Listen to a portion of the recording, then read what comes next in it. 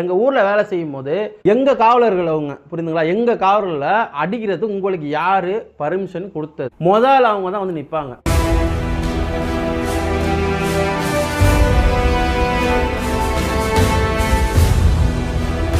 ஒட்டுமொத்த காவலர்களும் தப்பு சொல்லக்கூடாது. சொந்தங்களுக்கு வணக்கம், நான் உங்கள் சரவணா. ஒரு 2 நாள் முன்னாடி பார்த்தீங்கன்னா ஒரு நார்த்லேருந்து வேலைக்கு தொழிலாளர் வந்திருப்பார் போலிக்குது. அவர் உத்தரப்பிரதேசம் சொல்கிறாங்க. அவர் வந்துட்டு தவறி விழுந்து இறந்து போயிட்டாரு. அவர் எப்படி இறந்தாரு, கவர்மெண்ட் நம்ம சைட்லேருந்து என்ன சப்போர்ட் பண்ணிக்கிறோம் அப்படி பற்றி தான் நம்ம இந்த வீடியோவில் பார்க்க போகிறோம்.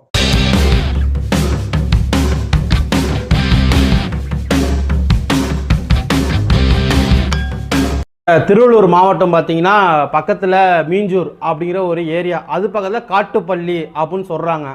அந்த ஏரியாவில் பார்த்தீங்கன்னா காவேரி, இந்த பக்கம் கங்கா அப்படின்னு 2 சைடு பிரிச்சுருக்கிறாங்க.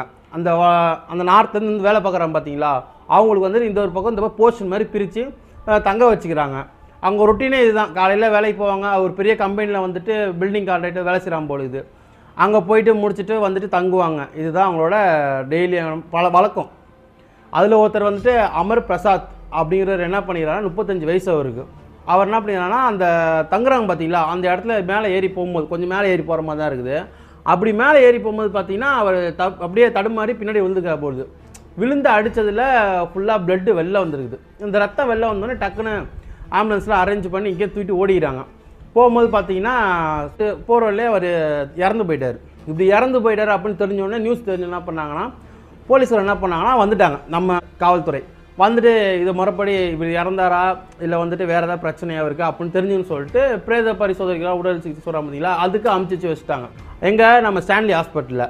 அங்கே அமுச்சு வச்சோடனே என்ன ஆயிடுச்சுன்னா அவர் செக் பண்ணி பார்க்கும்போது ஒரு மாதிரி இறந்தா போயிட்டார், மற்றபடி இந்த மருந்து குடிக்கிறது இந்த அது மாதிரிலாம் ட்ரிங்க்ஸ் அந்த மாதிரி எதுவும் கிடையாது அப்படின்னு சொல்லிடுறாங்க. அதுக்கப்புறம் பார்த்தீங்கன்னா இந்த அங்கே சக ஊழியர்கள் இருக்கிறாங்க பார்த்தீங்களா, அவங்க என்ன பண்ணிட்டாங்கன்னா வந்துட்டு கோரிக்கை வச்சுக்கிறாங்க. நியாயமான விஷயம்தான், கோரிக்கை வைக்கிறதுங்கிறது நியாயமான விஷயம்தான். கோரிக்கை வைக்கும் போது அந்த கம்பெனி நிறுவனம் இருக்குல்ல, அவங்க என்ன பண்ணிக்கிறாங்கன்னா ஒரு 5 லட்ச ரூபா தரம்பா.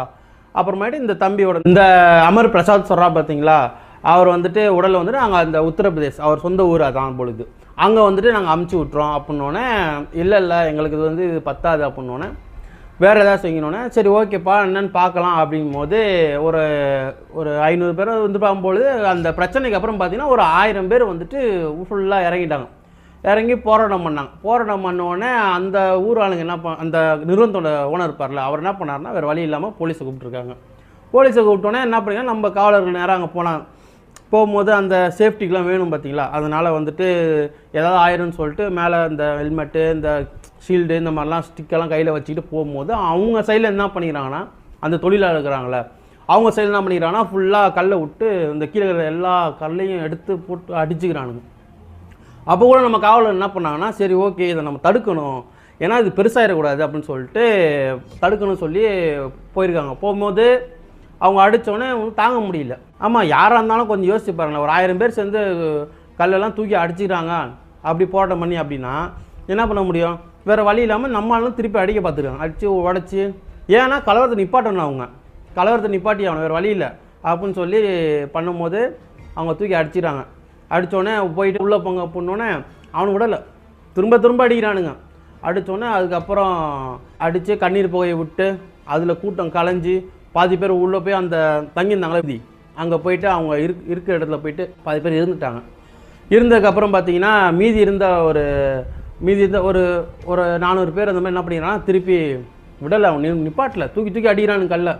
அடித்தோடனே போய் தடுத்து நிறுத்தி பிடிச்சி நம்ம காவலர் பார்த்தீங்கன்னா நிறைய பேருக்கு அடி, மண்டையில் அடி கையில் அடி, அவங்களுக்கும் அடி தான். அதுக்கப்புறம் பிடிச்சி விசாரிச்சுக்கிறாங்க. விசாரிக்கும் போது இந்த மாதிரிலாம் ஆனோடனே சரி ஓகே அப்படின்னு சொல்லி அங்கே தான் நம்ம தமிழ்நாடு காவல்துறை இருக்குது. அவன் நம்மளை வந்து அடித்தான், கல்லை தூக்கி நம்ம காவலர் மேலே தூக்கி போட்டாங்க.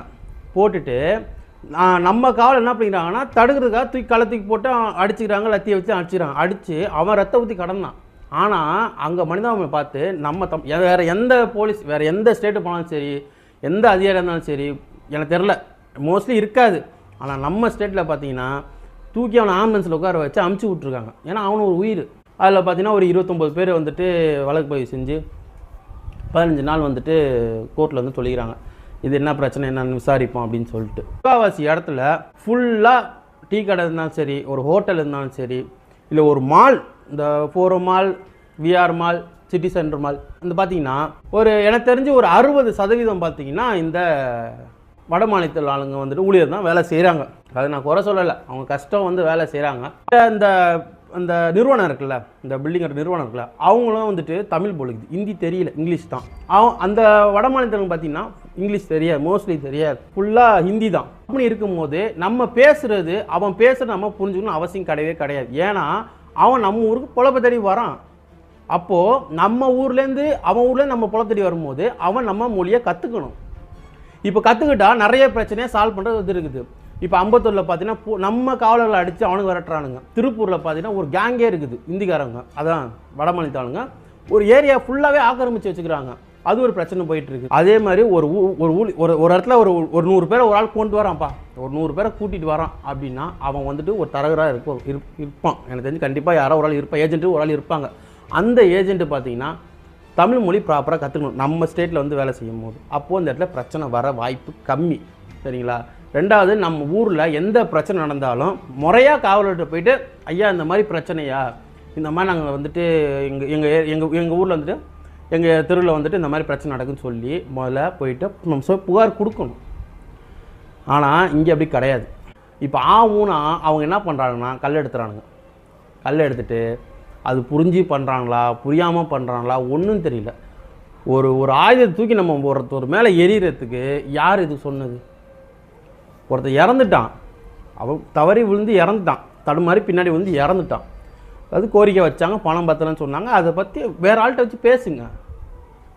வேறு ஆள்கிட்ட பேச இந்த பிரச்சனை கிடையாது.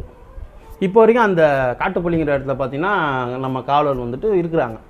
இதனால பெரிய பிரச்சனை வந்துடக்கூடாது அப்படின்னு சொல்லிட்டு எங்கள் ஊரில் வேலை செய்யும் போது எங்கள் காவலர்கள் அவங்க புரிந்துங்களா, எங்கள் காவலர்களை அடிக்கிறது உங்களுக்கு யார் பர்மிஷன் கொடுத்தது? ரைட்ஸ் யார் கொடுத்தது? ஃபஸ்ட்டு உனக்கு ஒரு பிரச்சனைனா எனக்கு ஒரு பிரச்சனைனா நான் வந்துட்டு எனக்கு தெரிஞ்சவங்களையோ பக்கத்து போய் சொன்னோம்னா சரிப்பா நீ தான்ப்பா பேசணுமாங்க. ஆனால் முன்ன பின்ன தெரியாத ஒரு மனுஷன் அவங்க, ஒரு ரத்த உறவும் இல்லை, எதுவுமே இல்லை. நேராக போனோடனே ஐயா இந்த மாதிரி பிரச்சனையா, இந்த மாதிரி என்னை அடிச்சு விட்டாயா அப்படின்னோடனே முதல்ல அவங்க தான் வந்து நிற்பாங்க. ஒரு சில இடத்துல நடக்குது, ஒரு சில இடத்துல அப்படி பேசுகிறாங்க, ஒரு சில இடத்துல பார்த்தா காவலர் வந்துட்டு என்னை வந்துட்டு இது மாதிரி பேசுகிறாங்க. ஆனால் எல்லோரும் அப்படி பேசலையே. ஒரு ஆள் 2 ஆள் தப்பு பண்ணுற இடத்துல போய் அது வேறு. ஒட்டுமொத்த காவலர்களும் தப்பு சொல்லக்கூடாது. எனக்கு ஒரு பிரச்சனைனா நான் ஃபஸ்ட்டு நேராக போகிறது அந்த காவல் நிலையத்துக்கு போகும்போது அவர் வந்துட்டு எனக்கு தான் ஃபஸ்ட்டு என்னப்பா பிரச்சனை சொல்லுப்பாப்புன்னா உடனே வண்டி எடுத்துகிட்டு வந்துடுவாங்க, வந்து என்ன பிரச்சனை கேட்பாங்க. அப்படிப்பட்ட என்னோடய தமிழ்நாட்டு காவலர்களை எப்படி ஒரு வட மாநிலத்த ஆள் வந்துட்டு ஒருத்தன் இல்லைப்பா 1000 பேர் வந்துட்டு நின்று கல் எடுத்து எறிகிறான் அப்படின்னா அது யார் ஒன்று ரைட்ஸ்? இந்த மாதிரி பிரச்சனைலாம் போக அதிகமாகிட்டே போகும். நம்ம இருக்க பார்த்தீங்கன்னா நம்ம ஒன்றா தமிழர் இருந்தால் மட்டும்தான் இந்த மாதிரி பிரச்சனைலாம் வராது. ஒரு கம்பெனி இல்லை வந்துட்டு ஒரு பெரிய ஹோட்டலு இல்லை ஒரு ரெஸ்டாரண்ட் இந்த மாதிரி நடத்துகிறவங்க பார்த்தீங்களா, அவங்களாம் பார்த்தீங்கன்னா மோஸ்ட்லி ஹிந்திக்காரங்க தான் கண்டிப்பாக வச்சுக்கிறாங்க வேலைக்கு. சரிங்களா? வட மாநிலத்துக்காரங்க தான் மோஸ்ட்லி வேலைக்கு வச்சுக்கிறீங்க. அப்படி இருக்க பட்சத்தில் நம்ம தமிழர்களுக்கு வேலை இல்லை. காரணம் சொல்கிறீங்க கேட்டால் அவங்க 8 ஹவர் தான் வேலை செய்வாங்களாம், 5 ஹவர் தான் வேலை செய்வாங்களாம். அதுக்கப்புறம் மது அருந்துட்டு படுத்து தூங்கிடுறாங்க, வேலை சரியாக வரதில்லை, சம்பளம் உயர்த்தி கேட்குறாங்க. ஆனால் இவங்க அப்படி கிடையாது. வருஷத்துக்கு ஒரு மாதமோ இல்லை 2 மாதமோ லீவ் எடுத்துகிட்டு போவாங்க. நம்ம கொடுக்குற சம்பளத்தில் இப்போ ஒரு ஆளுக்கு நம்ம தமிழர்களுக்கு சம்பளம் தராங்க பார்த்தீங்கன்னா ஒரு 1000 ரூபாய் தராங்கன்னா அவங்களுக்கு ஒரு 500 ரூபாய் கொடுத்தா போதும், அதை வச்சு வந்துட்டு அவங்க பார்த்துப்பாங்க அப்படின்னு சொல்கிறீங்க. இது வந்துட்டு போக என்ன ஆகும்னா நம்ம அவங்களுக்கு கூடிய விரைவில் பார்த்தீங்கன்னா ஒரு அடிமையாக தான் இருப்போம். அவன் ராஜ்யம் பண்ணுவான், நம்ம உட்கார்ந்துருப்போம். அவன் ராஜ்யத்தில் நம்ம இருப்போம். ஷேர் பண்ணுங்க. நம்ம தமிழர் காவல் மேலே ஒரு கல்லை விட்டு எரியிற அளவுக்கு என்ன ஒரு வன்மம். இது எனக்கு ரொம்ப கஷ்டமாயிடுச்சு இந்த வீடியோ பார்த்தோன்னே. சரி, நான் எப்பவும் போல் சொந்தக்காரருக்கு வணக்கம், நான் உங்கள் சரவணா, நான் இந்த மாதிரி தான் பேசலாம்னு நினச்சேன். இந்த மாதிரி எதாவது பேசுவோம், யூடியூப் சேனல் வச்சு எதாவது பேசுவோம் அப்படின்னு நினச்சேன். ஆனால் இந்த வீடியோ நான் பார்த்தோன்னே எனக்கு ரொம்ப கோவம் வந்துருச்சு. ஒரு 10 பேர் சேர்ந்து இப்படி ஒரு பிரச்சனை நடக்குதுன்னா அதுவே நம்மளால் ஃபேஸ் பண்ண முடியாது.